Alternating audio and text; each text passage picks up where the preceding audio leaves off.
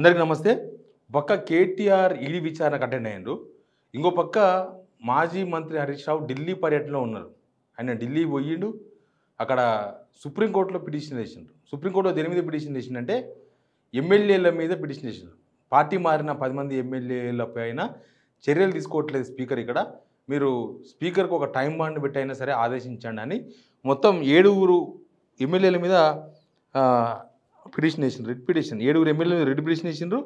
3 ఎమ్మెల్యేల పైన ఎస్ఎల్పి అంటే స్పెషల్ లీవ్ పిటిషన్ వేసిండ్రు. 3 పైన. 3 ఎవరు మొన్న హైకోర్టులో విచారణ పీక్ స్టేజ్కి వచ్చి మళ్ళీ స్పీకర్కు టైం మీరే ఫిక్స్ చేసుకోండి, మీరే చర్యలు తీసుకోండి అని చెప్పి హైకోర్టు ఆదేశాలు జారీ చేసింది కదా. ఆ 3 దానం నాగేందర్, కడియం శ్రీహరి, తెల్ల వెంకటరావు మీదనేమో స్పెషల్ లీవ్ పిటిషన్ వేసింది. 7 ఎమ్మెల్యేల మీద రిట్ పిటిషన్ వేసిండ్రు. ఇది సుప్రీంకోర్టులో తేలుతుంది నిజానికి. బీఆర్ఎస్ ఇన్ని రోజులు ఎందుకు ఆగింది అనే క్వశ్చన్కు ఇది ఒక ఆన్సర్ లాగా కనిపిస్తుంది.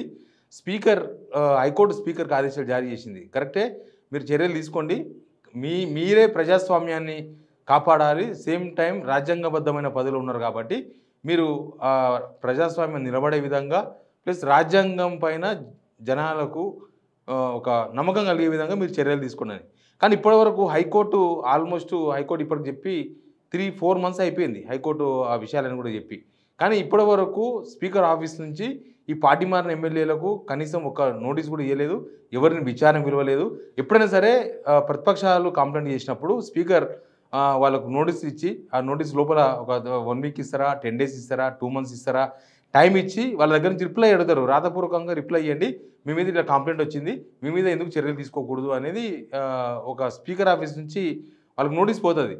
తర్వాత వాళ్ళు ఇస్తారు. తర్వాత లేకపోతే వాళ్ళ తరఫున అడ్వకేట్లు వచ్చి స్పీకర్ ఆఫీస్లో దానికి సంబంధించిన రిప్లై ఇచ్చిపోతారు. ఆ తర్వాత ఒకవేళ స్పీకర్ సంతృప్తి చెందకపోతే వాళ్ళని ఫిజికల్గా కూడా రమ్మని ఆదేశాలు జారీ చేయొచ్చు. చాలాసార్లు అటు జరిగింది. ఎప్పుడు జరిగిందంటే వైఎస్ జగన్ ఎంబడి 21 మంది ఎమ్మెల్యేలు ఉండ్రి వైఎస్ రాజశేఖర్ చనిపోయిన తర్వాత వాళ్ళంతా వైఎస్ఆర్సీపీకి పోయినారు కదా. వైఎస్ఆర్సీపీ జగన్ వెంట ఉన్నారు వాళ్ళు, అంటే కాంగ్రెస్కు ఆపోజిట్ వాళ్ళు అయింది కాబట్టి కాంగ్రెస్ గవర్నమెంట్ ఉన్నది, కాంగ్రెస్ స్పీకర్ ఉన్నాడు. అప్పుడు నాదెండ్ల మనోహర్ కాంగ్రెస్ స్పీకర్, ఇప్పుడు అక్కడ మంత్రిగా ఉన్నారు నాదెండ్ల మనోహర్ జనసేన పార్టీలో ఉన్నారు. అయితే వీళ్ళని పిలిచి అప్పుడు ఇవన్నీ జరిగినాయి ప్రాసెస్. వాళ్ళకి నోటీస్ ఇవ్వడము, వాళ్ళ రిప్లై అడగడము, సంతృప్తి చెందలేదని చెప్పేసి వాళ్ళు మిలవడము. అంటే అప్పుడు కాంగ్రెస్ గవర్నమెంట్ ఉన్నది, కాంగ్రెస్ ఎమ్మెల్యేలే వేరే పార్టీకి పోయినారు కాబట్టి ప్రాసెస్ చాలా స్పీడ్గా చేసినారు. ప్రాసెస్ జరిగింది. తర్వాత వాళ్ళ మీద అనర్హత వేటు కూడా వేసినారు. ఒకరోజు 21 మంది మీద అనర్హత వేటు వేసినారు. మళ్ళీ బై ఎలక్షన్కి పోయినరు. బై ఎలక్షన్ పోతే కొంతమంది గెలిచినారు, చాలా తక్కువ మంది ఓడిపోయినారు. దాదాపు 16 మంది గెలిచినట్టున్నారు జగన్ వెంట ఉన్న వాళ్ళు. అట్లా జరిగింది. కానీ ఇప్పుడు కాంగ్రెస్ గవర్నమెంటే ఉంది ఇక్కడ. కాంగ్రెస్ ప్రతిపక్షాల నుంచి కాంగ్రెస్లోకి వచ్చారు 10 మంది ఎమ్మెల్యేలు. కానీ ఇప్పటివరకు హైకోర్టు చెప్పిన తర్వాత స్పీకర్ ఆఫీస్ నుంచి వాళ్ళకు సింగిల్ నోటీస్ కూడా పోలేదు. వాళ్ళు చాలా ధైర్యంగా ఉన్నారు. 10 మంది ఎమ్మెల్యేలు ఉన్నది కాంగ్రెస్ గవర్నమెంట్, ఉన్నది మా కాంగ్రెస్ స్పీకరు. ఆల్రెడీ దానం నాగేందర్ జైన్ అయినప్పుడు ఆయన వేరే వాళ్ళకి వాళ్ళను వీళ్ళను మీరు కాంగ్రెస్కి వచ్చేయండి, కాంగ్రెస్కి రండి అని అడుగుతున్న టైంలో వద్దొద్దు అనర్హత వేటు పడుతుంది, మళ్ళీ అనవసరంగా బై ఎలక్షన్ ఇవన్నీ ఇబ్బంది పడాల్సి వస్తుంది అంటే లేదు మీరు అవసరమే లేదు, మీరు ఇక్కడ స్పీకర్ చర్యలు తీసుకోడు అని దానం నాగేందర్ చెప్పినట్లుగా అప్పుడు హైకోర్టులో ఇవన్నీ చర్చలు జరిగినాయి, వాదనలు జరిగినాయి. కాబట్టి ఇక్కడ స్పీకర్ మీద నమ్మకంతో ఈ 10 మంది ఎమ్మెల్యేలు చాలా ధైర్యంగా ఉన్నారు. ఈ మధ్య ఈ 10 మంది ఎమ్మెల్యేలలో ఒకరిద్దరు బీఆర్ఎస్కు అనుకూలంగా మాట్లాడుతున్న వాళ్ళు ఉన్నారు. దానం నాగేందర్ ఓపెన్గానే మాట్లాడుతూ ఉన్నారు. మిగతా వాళ్ళంతా సైలెంట్గా కనిపిస్తున్నారు. దీనిలో ఇద్దరు మాత్రమే కంఫర్ట్గా ఉన్నారు, నో డౌట్. దీనిలో కడియం శ్రీహరి ఒకరు, తర్వాత గాంధీ, ఇవి ఇద్దరు కాన్ఫిడెన్స్గా మేము కాంగ్రెస్లో కొనసాగుతామని కంఫర్ట్గా ఉన్నారు. వాళ్ళకి ఇచ్చిన హామీలు నిలబెట్టడం. లేకపోతే కడియం శ్రీహరి వాళ్ళ బిడ్డ ఎంపీగా గెలిచింది, వరంగల్ ఎంపీగా, కాబట్టి ఆయన ఇప్పుడు మళ్ళీ పార్టీ మారి నేను మళ్ళీ దీన్ని చేయలేనని దానిలో ఆయన ఉన్నాడు. ఉంటుంది పోతే ఎమ్మెల్యే పదవి, బై ఎలక్షన్ వచ్చినప్పుడు చూసుకుందాం, కానీ నేను మాత్రం పార్టీ మారినాను ఆయన కంఫర్ట్ జోన్లో ఉన్నాడు.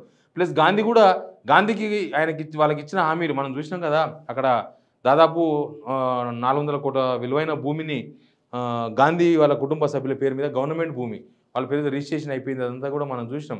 కాబట్టి వాళ్ళంతా కంఫర్ట్ ఉన్నారు. యాక్చువల్గా మిగతా ఎమ్మెల్యేలు ఆ ఇద్దరు మిగతా 8 మంది ఎమ్మెల్యేలు తీవ్రమైన అసంతృప్తిలో ఉండడానికి కారణం కూడా ఇదొకటి. గాంధీకి ఏమో ఏదో ఒకటి చేసిండ్రు, మాకేం చేయలేదు. గాంధీకి వాళ్ళకి ఇచ్చిన హామీని నిలబెట్టుకున్నారు, మాకు ఇచ్చిన హామీని నిలబెట్టుకోలేదు. లేకపోతే గాంధీ డైరెక్ట్గా రేవంత్ రెడ్డి యాక్సెస్లో ఉన్నాడు, మమ్మల్ని రేవంత్ రెడ్డి యాక్సెస్లోకి తీసుకుంటలేడు, మాకు అపాయింట్మెంట్ ఇస్తలేడు, మాకు ఇచ్చిన హామీలు నిలబెడతలేడు, వీళ్ళంతా కొంత డిస్కంఫర్ట్గా ఉన్నారు. అందుగురించే ఈ ఆయన చేసిర్రు మాకు చేయలేని దాంతోనే దానం నాగేందర్ బీఆర్ఎస్కు పాజిటివ్గా మాట్లాడిన విషయం మనకు చూస్తే అర్థమవుతుంది. ఇంకా మిగతా ఎమ్మెల్యేలేమో సైలెంట్గా ఉన్నారు. చూద్దాం ఈ ప్రెషర్తోనైనా కాంగ్రెస్ వాళ్ళు మమ్మల్ని పిలుస్తారేమో, మాతో మాట్లాడతారేమో, మాకు ఇచ్చిన హామీలు నెరవేరుస్తారేమో, లేకపోతే మనం బుజ్జగిస్తారేమో, ఇప్పుడు మా డిమాండ్లు వింటారేమో, ఇట్లాంటి ఊహాగానాల్లో వాళ్ళు ఉన్నారు. కాకపోతే ఇక్కడ కూడా అంత రెస్పాన్స్ లేదు. కాంగ్రెస్ నుంచి కూడా నేను మొన్న వీడియో చేసిన, కాంగ్రెస్ వాళ్ళు ఏంటంటే పోనీ ఏడిపోతారు వీళ్ళు, పోతే వాళ్ళ ఇజ్జతే పోతుంది, చేర్చుకుంటుందా బీఆర్ఎస్ చూద్దాం, చేర్చుకుంటే బీఆర్ఎస్లో కూడా లకలక స్టార్ట్ అవుతుంది. ఎందుకంటే వీళ్ళు కరెక్ట్ టైంలో పార్టీని విడిచిపోయిన వాళ్ళు కార్యకర్తలందరూ కూడా వీళ్ళ మీద పొట్టు తిట్టారు కార్యకర్తలందరూ కూడా. ఇప్పుడు వీళ్ళు పోయి వీళ్ళని బీఆర్ఎస్ కనుక చేర్చుకుంటే కార్యకర్తలే బీఆర్ఎస్కు రివర్స్ అయ్యే అవకాశం ఉంటుంది కదా, అంత ఈజీగా చేర్చుకోరు అన్న ఉద్దేశంతోన కాంగ్రెస్ కూడా మంచిగా కూల్గా ఉన్నది. కానీ ఇప్పుడు సుప్రీంకోర్టులో పిటిషన్ వేసిండ్రు. సుప్రీంకోర్టులో నిజానికి ఇప్పటి వరకు 2021 తర్వాత ఎప్పుడైతే సుప్రీంకోర్టు మహారాష్ట్ర ఎమ్మెల్యేల విషయంలో వాళ్ళు ఒక ఆర్డర్ ఇచ్చిన తర్వాత, వాళ్ళు కొన్ని గైడ్లైన్స్ ఇచ్చిన తర్వాత ఇప్పటివరకు ఏ హైకోర్టు కూడా ఎమ్మెల్యేల పిటిషన్ పైన, ఎమ్మెల్యేల అనర్హతకు సంబంధించిన పిటిషన్ పైన హైకోర్టు నిర్ణయం తీసుకోలేదు, మన హైకోర్టు కూడా నిర్ణయం తీసుకోలేదు. కానీ ఇప్పుడు సుప్రీంకోర్టులో తెలియ అవకాశం ఉంది. సుప్రీంకోర్టు నిర్ణయం తీసుకున్నది, మహారాష్ట్ర ఎమ్మెల్యేల విషయంలో తీసుకున్నది, మణిపూర్ ఎమ్మెల్యేల విషయంలో సుప్రీంకోర్టు గైడ్లైన్స్ ఇచ్చింది కాబట్టి సుప్రీంకోర్టు నిర్ణయం తీసుకున్నది, డిస్క్వాలిఫికేషన్ చేసింది, ఇదంతా కూడా అక్కడ నడిచింది.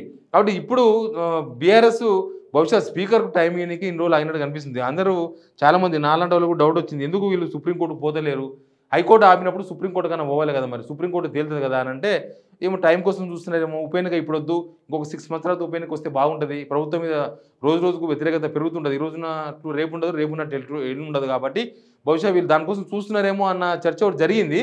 తీరా చూస్తే ఇప్పుడు ఈ హరీష్ రావు వాళ్ళు ఢిల్లీ పోయి అక్కడ సుప్రీంకోర్టు అడ్వకేట్తో కలిసి సుప్రీంకోర్టులో వీళ్ళ మీద చర్యలు తీసుకోవాలని, స్పీకర్ని ఆదేశించాలని, స్పీకర్కి ఒక టైం బాండ్ పెట్టాలని, ఇవన్నీ కూడా వాళ్ళు కోర్టులో కేసు చేసింది. కాబట్టి నేను అనుకుంటున్నా ఇంకా ఈ ఎమ్మెల్యేలు మాకు వద్దు, ఈ ఎమ్మెల్యేలు మేము చేర్చుకోము అని బహుశా బీఆర్ఎస్ సంకేతాలు ఇచ్చినట్టుగానే కనిపిస్తుంది.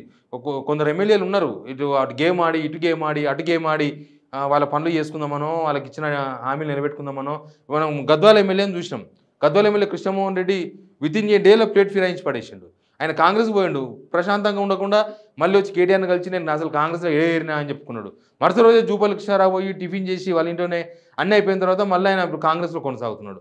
ఇట్లా వాళ్ళ డిమాండ్స్ నెరవేర్చుకోనికే వీళ్ళు బీఆర్ఎస్లో చేరుతున్నట్లుగా డ్రామాలు ఆడడం, లేకపోతే బీఆర్ఎస్లో చేరుతున్నట్లు డ్రామాలు ఆడి వీళ్ళ మీద ప్రెషర్ బిల్డప్ చేసి పనులు చేయించుకునే ప్రయత్నం చేయడం, ఏదో బ్లాక్మెయిలింగ్, అటు బ్లాక్మెయిలింగ్, ఇటు బ్లాక్మెయిలింగ్. కాంగ్రెస్ వాళ్ళని బ్లాక్మెయిల్ చేస్తున్నారు, సేమ్ టైం బీఆర్ఎస్ వాళ్ళని కూల్ చేసే ప్రయత్నం, వాళ్ళని కూడా బ్లాక్మెయిల్ చేసే ప్రయత్నాలు చేస్తున్నారు.